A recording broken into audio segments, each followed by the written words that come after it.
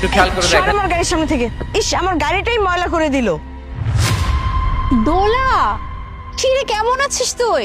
আরে মোনা তুই, আমি তো ভালো আছি, কিন্তু তোর এমন অবস্থা দেখে মনে হচ্ছে তুই তো ভালো নেই। বাই দ্য ওয়ে, তুই এখানে কি করছিস? আমি আমি তো এখানে একটা প্রপার্টির কাছে। ও property, I mean to say তুই বলতে চাচ্ছিস যে তুই প্রপার্টির দালালি করিস, তাই না? এছাড়া তুই আর কি করতে পারবি বল? আর তোর দ্বারা এছাড়া আর কিচ্ছু সম্ভব না।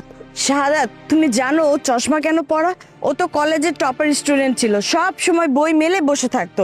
স্যার অবশ্য বলতো যে মুনা তুমি মন দিয়ে পড়াশোনা করো, তাহলে ভবিষ্যতে ভালো কিছু করতে পারবে।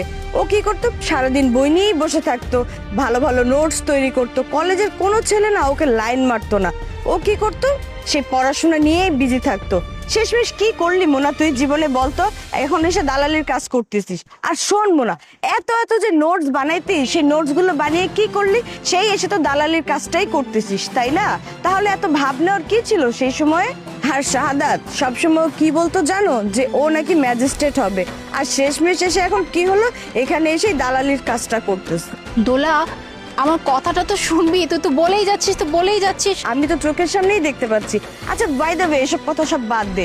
আর শোন, আমি না এখানে কিছু প্রপার্টি কিনবো, আর তুই যদি প্রপার্টির কোনো কিছু জানিস তাহলে তুই আমাকে বলতে পারিস। সেখান থেকে যা সেল হবে সেখানে যদি 10% হয়, তোকে আমি 2%-এর কিছু একটা ব্যবস্থা করে দিতে পারি। এখন তুই যদি রাজি থাকিস তাহলে আমাকে বল। মোনা, তোর তো কোনো বয়ফ্রেন্ড নাই, আর থাকবেই বা কি করে? তুই যে খ্যাতভাবে চলাফেরা করতি।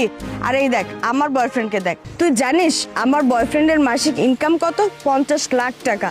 ও হো, আমি কাকে কি বলছি? 50 লাখ টাকার কয়টা শূন্য সেটা কি তুই জানিস? দোলা, আমি যেটাই করি না কেন সেটা আমার নিজের দমে করি। হ্যাঁ, তোর মতো অন্যের ঘাড়ে চেপে ফুটাঙ্গি তো অ্যাটলিস্ট করি না, তাই না? তুই তো আগেও এমনটাই ছিলি, সব সময় অন্যের ঘাড়ের উপর চেপে কিভাবে খাবি, চলবি, ফিরবি, এটাই করতি। আমি তো ভাবছিলাম হয়তো তুই এখন হয়তো বা চেঞ্জ হয়ে গেছিস, কিন্তু না, তুই তো আগের মতোই আছিস, এখনো সেম ফুটানি। বয়ফ্রেন্ড নিয়ে, বয়ফ্রেন্ডের টাকা আছে, এই আছে, সেই আছে। তো বয়ফ্রেন্ডকে নিয়ে যে এত ফুটাঙ্গি করিস, এই যে তোর বয়ফ্রেন্ড তোর পাশে দাঁড়িয়ে আছে, কালকে যদি তোর বয়ফ্রেন্ড উড়াল মারে, তখন তোর এই ফুটানি কোথায় যাবে? কারণ তোর নিজের তো কিচ্ছু নাই। এই চুপ কর চুপ কর, আমার তো তাও যোগ্যতা আছে রিচ বয়ফ্রেন্ড নিয়ে ঘোরা, তোর তো সেই যোগ্যতাও নেই।